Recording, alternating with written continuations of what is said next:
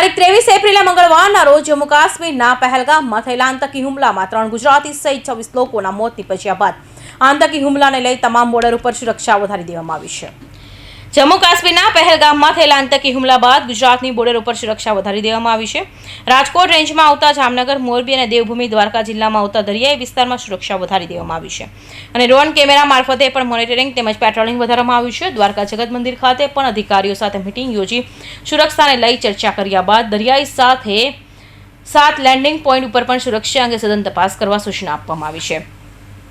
Rajkot range IG Ashok Kumar યાદવે જણાવ્યું હતું કે રાજકોટ રેન્જ કુલ 5 જેટલા જિલ્લાઓનો સમાવેશ થાય છે। આતંકી હુમલાને લઈ પોલીસ દ્વારા સુરક્ષામાં વધારો કરી દેવામાં આવ્યો છે।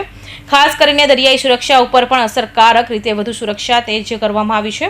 રાજકોટ રેન્જ અંતર્ગત આવતા મોરબી, જામનગર અને દેવભૂમિ દ્વારકા જિલ્લા દરિયાઈ તટ સાથે જોડાયેલા છે।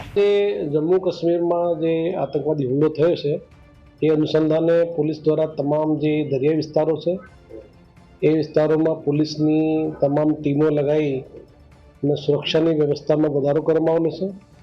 પોલીસની તમામ ટીમો એલસીબી, એસઓજી અને સાથે સાથે જે બીજી ટીમો છે એ તમામ વિસ્તારોમાં પેટ્રોલિંગ કરવામાં આવેલ છે તેમજ વધારે મોટા જગ્યા ઉપર જે વાહન ચેકિંગની પણ કામગીરી કરવામાં આવેલી છે।